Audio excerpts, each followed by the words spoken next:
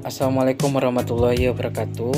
Perkenalkan sebelumnya saya Hazil Hakim dengan NIM 210421153. Baiklah, pada video pembelajaran ini saya akan menjelaskan materi governansi digital pertemuan 5 sampai pertemuan 6 dengan dosen pengampu Ibu Yulia Hanuselina SIP MAP. Pokok pembahasan pada materi ini yaitu yang pertama, bagaimana digital governance dapat meningkatkan partisipasi masyarakat. Yang kedua itu bagaimana pemerintah dalam mengelola komplain dengan difasilitasi oleh digital governance. Baiklah, masuk saja pada materi yang pertama yaitu bagaimana digital governance dapat meningkatkan partisipasi masyarakat. Digital governance merupakan hasil dari perkembangan globalisasi dan teknologi di dunia pemerintahan. Digital governance adalah bentuk inovasi pemerintah dalam mengelola pemerintahan yang terjadi ketika teknologi menjadi bagian integral dari proses pemerintahan. Tujuan dari digital governance yaitu memberikan kemudahan dalam penyelenggaraan pemerintahan, terkhususnya dalam penyelenggaraan pelayanan publik. Munculnya digital governance membawa perubahan yang sangat besar dalam proses penyelenggaraan pelayanan publik, di mana dapat kita rasakan dampaknya seperti saat sekarang ini.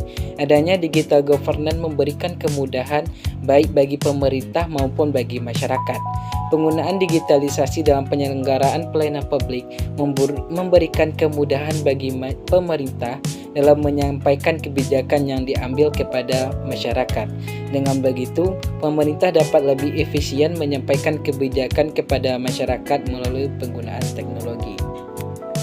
Selain itu, dengan adanya digitalisasi memungkinkan pemerintah untuk lebih transparan dalam berinteraksi dengan masyarakat, yang pada akhirnya dapat meningkatkan kepercayaan masyarakat terhadap pemerintah.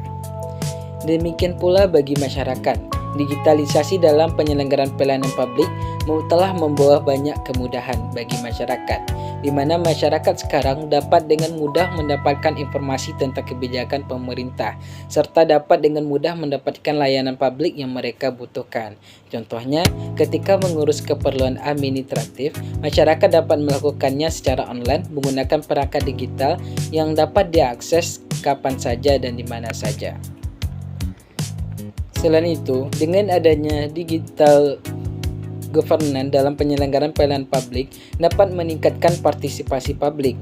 Contohnya, ketika pemerintah membuat suatu kebijakan publik, masyarakat dapat berpartisipasi dalam menyampaikan aspirasi mereka terkait kebijakan yang diambil oleh pemerintah, dan masyarakat dapat menyuarakan pendapat mereka apakah mereka setuju atau tidak setuju dengan kebijakan yang diambil oleh pemerintah. Dalam merumuskan sebuah kebijakan, partisipasi masyarakat sangat dibutuhkan karena merumuskan sebuah kebijakan kajian utamanya yaitu apa yang menjadi permasalahan yang dialami oleh masyarakat. Untuk itu dibutuhkan partisipasi masyarakat. Semakin meningkatnya partisipasi masyarakat dalam keikutsertaan dalam membuat sebuah kebijakan bersama pemerintah, maka akan semakin bernilai dan bermanfaat kebijakan yang akan diambil oleh pemerintah.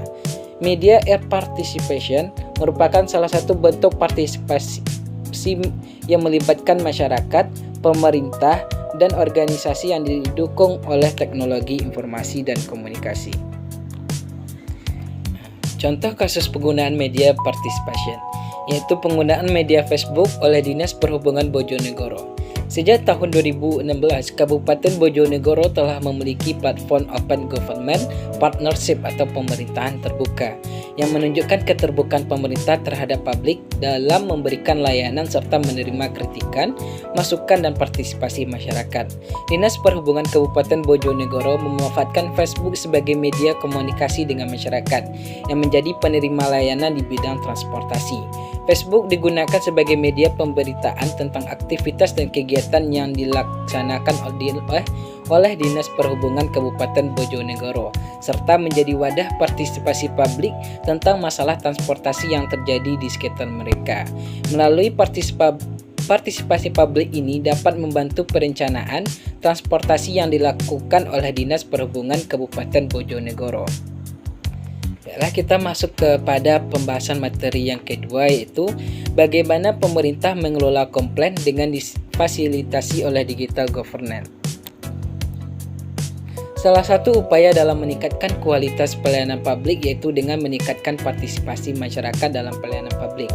Meningkatkan partisipasi publik dalam pelayanan publik menandakan bahwa masyarakat semakin percaya akan pelayanan publik yang diselenggarakan oleh pemerintah. Salah satu bentuk partisipasi masyarakat yaitu dengan melakukan komplain. Secara umum, komplain merupakan suatu bentuk pernyataan formal yang dilakukan oleh penerima layanan kepada pihak tertentu terhadap ketidakpuasan atas salah satu unsur pelayanan yang diterima, yang dialami. Adanya komplain ini dapat dimanfaatkan untuk melakukan perbaikan pada produk layanan yang dihasilkan. Melalui komplain dapat mengetahui kelemahan-kelemahan produk layanan sehingga dapat dijadikan masukan dalam perbaikan kualitas pelayanan. Nah, di sini salah satu contoh kasus pengelolaan komplain yaitu pengelolaan komplain oleh pemerintah Kota Palu melalui website layanan aspirasi dan pengaduan online rakyat atau lapor. Pemerintah Kota Palu melalui penerapan teknologi dan informasi berupaya mengembangkan suatu sistem pengaduan dalam pelayanan publik yang berbasis pada media elektronik melalui website lapor Wali Kota Palu.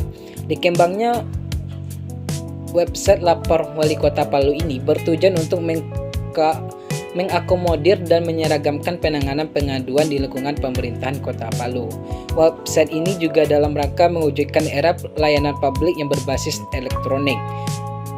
Pemerintah Kota Palu dengan menerapkan layanan publik berupa One Touch Info Kota Palu dalam satu klik genggaman, informasi berupa layanan pengaduan pemerintahan Kota Palu, serta bertujuan untuk memudahkan warga melapor terkait pelayanan publik yang diterimanya. Adapun indikator pengelolaan komplain yang dilakukan oleh pemerintah Kota Palu melalui aplikasi lapor yaitu meliputi yang pertama menampung pengaduan yang disampaikan oleh masyarakat, yang kedua itu mencatat pengaduan yang telah disampaikan oleh masyarakat, yang ketiga itu menelaah pengaduan, yang keempat itu menyalurkan pengaduan, yang kelima mengkonfirmasi pengaduan, yang keenam itu mengklasifikasi pengaduan, yang ketujuh itu memberikan alternatif solusi, yang ke-8 yaitu mendokumentasikan pengaduan masyarakat, yang ke-9 yaitu mensosialisasikan pengaduan kepada masyarakat. Baiklah, sekian pembahasan materi dari saya. Mohon maaf jika terdapat kesalahan dalam penyampaian. Terima kasih. Assalamualaikum warahmatullahi wabarakatuh.